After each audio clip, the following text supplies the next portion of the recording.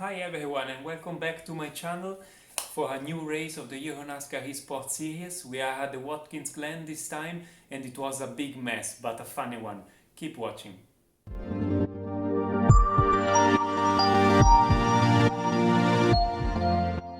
So here we go guys, we are in the formation lap.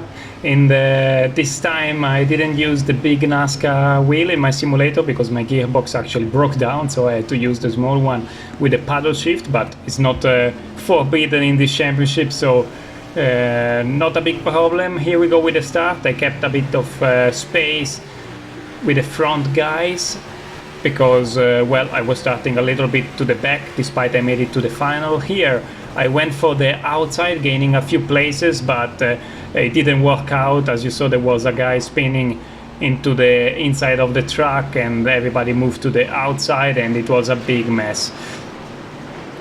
So this was the first few casualties in turn one. I tried to join in without doing any damage. And here was tough, guys.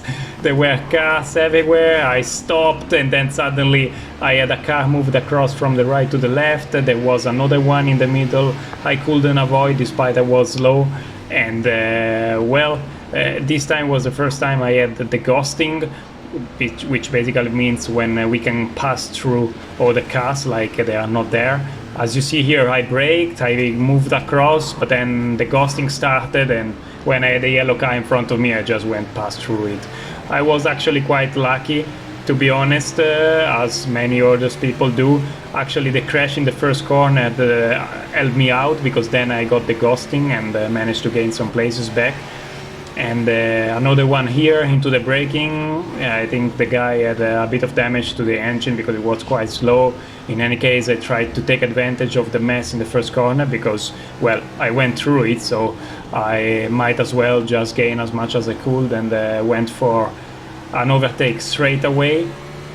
And yeah, overall, I would say these things happen at the Watkins Glen, and it was quite messy, but nobody's fault, you know, many cars, a lot of cars competitive, so not much we could do. Many drivers try to stay clean in this championship, which is very nice. Sometimes it goes wrong, but what can we do? It's simulator.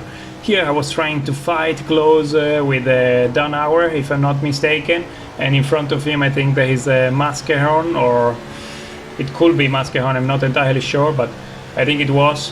And I was trying to follow by and see if I could sneak past while the guys were doing a mistake. The car ahead, as you saw, had a bit of oversteer on exit. And here, actually, he made a very nice move. I think it is the only move I saw in this corner. I tried to take advantage of it and go to the inside of both. And here he closed me in the middle of the wall, which, to be fair, was a little bit annoying. But here we go, the replay. Very nice move from him into the inside. So I gained one place on exit, and I was gaining another place as well in the straight line. And here he closed me, so I had to brake and leave the throttle.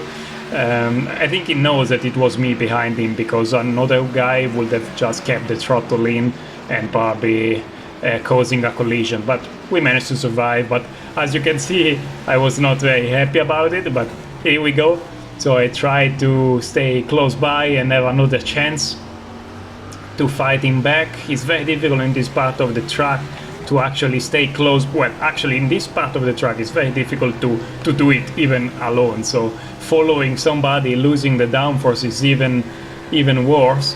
And trying to show myself a little bit in his mirrors. I had a bit more top speed. I think he had damage as well to the front bumper, but he was still driving quite nicely, and he's a driver that is quite aggressive, to be honest, for the experience I had with him. So I had to be careful because I was good placed. I mean, I was starting after the first corner, I was probably outside the top 30, and here I was already inside the top 15, so I didn't want to destroy my race in the early laps. So I was trying to find a way past. Behind me there was someone, but was not challenging me yet, so I had a bit of time in order to prepare the overtake. He went a bit lazy into the curb on the outside here, so I went for a late move, but it was just too much. I was already locking the front tires, so I decided not to. and I lost a bit the slipstream in this section, trying to don't wash out with the front, trying to stay near the curbs and have a good exit. But yeah, I was still a bit far away. As you can see with the slipstream and his damage to the front of the car, I was a bit faster in the straight line, so I knew I had an advantage. Trying to stay tidy in here. I have to say that the paddle shift helps, to be honest, because it's not mandatory to use the gear stick as I did in the previous rounds. Many other drivers are using the paddle shift and it's much easier, less mistakes, but I would say also less fun. I mean, the big sparkle wheel and the fun at the gearbox on the side just makes the NASCAR much funnier, to be honest. He was blocking a little bit the inside here in the last corner, but he went a bit deep. I had a better exit and tried to get this slipstream until the very last minute. Here I moved out quite soon because I wanted him to know that I was going for it. So either he was blocking me straight away or he had to expect my late move.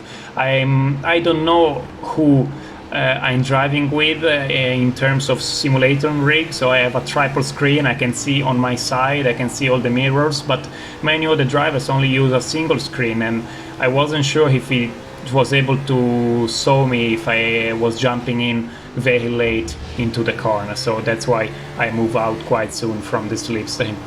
Behind me now there is Alon Day, so he's the fastest, one of the fastest of the Esport Series for sure, and to be honest it was so much quicker that I didn't force him, I didn't block him at all. He moves here, but I didn't want to give him the place as well, so in this section where the track is lower I moved to the left. I lifted a bit earlier so I could go in to the corner. Overall I lost only 4 or 5 tenths in this lap, but doing like this I didn't lose the gap from the guys in front, and I didn't lose any gap from the people following me behind Alon Day. So it was in the middle of the race, no chance I was able to keep him behind. I still have to learn a bit better how to drive the car.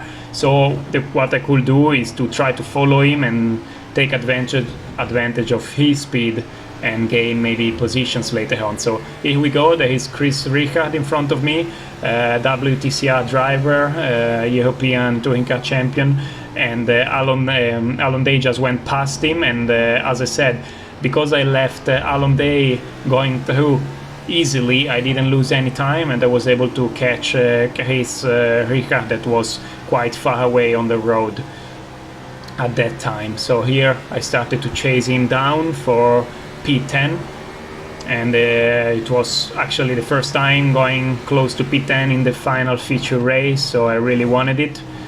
Cutting a bit the curbs here, something you cannot really do in qualifying, but in the race you have a few off tracks you can do, so you can cut a bit more. Trying to get a good exit. Chris Richard was driving quite nicely, to be honest. I think he was a wild card for this race. He was stopping the car quite well in the inside, in the entry of the corner, and then having always quite a good exit without too much wheel spin. So it wasn't easy to find the right gap. As you can see, he pulls away quite a little bit out of the corners. I'm trying to show him that I'm here, trying to make him do a mistake. He went a little bit deep here, but it wasn't enough for me to take advantage for the next corner. There is a lapped car to the right, so it wasn't a good move to dive in and send it in this path. But here he was struggling to keep the apex of the corners, a bit of oversteer. He touched the curb on the inside, so unsettled the car for him, so I had to send it here. I wasn't sure I was gonna make it, but he went deep, he locked the tire, so he cut the corner, and this made me go through quite nicely actually. And this was P10. Actually quite satisfied of the race so far. As I said before in previous videos, I'm not one of the fastest yet. I would say that around the 60 drivers that come to the qualify for the event itself, I am around maybe from P12 if I do everything correctly to P25 if I do some mistakes in qualifying. So that's basically my spot. And being P10 was actually nice because I believe that in a race pace I have the pace to stay there, and not there quite yet to use the new tires. But overall, being in P10 was quite nice. In the previous events I was always involved in big crashes at the start or during the race. This time I was the one that got quite lucky, going through the mess with some damage but not as much, and finding for the first time the ghosting in the right moment, going through that car that was blocking completely the road. I'm not sure if it was the organization of the event doing the ghosting or the simulator itself, because the cars were literally blocking all the roads, so there was no chance to go anywhere. But still, it played out nicely for me this time, but obviously I always try to keep it clean. Even at the start, I prefer not to have any damage in the first few corners and maybe lose a couple of places. But yeah, it was actually a decent event until this time. Then I was quite alone until the end of the race. I actually was gaining some time compared to the people ahead, but they were maybe 8 seconds ahead. I pulled it down to 5 seconds in the end. But overall, it was nice. I really enjoyed the Euro Nascar Esport Series. I think it's a very well organized series, and looking forward to the next event in Zandvoort.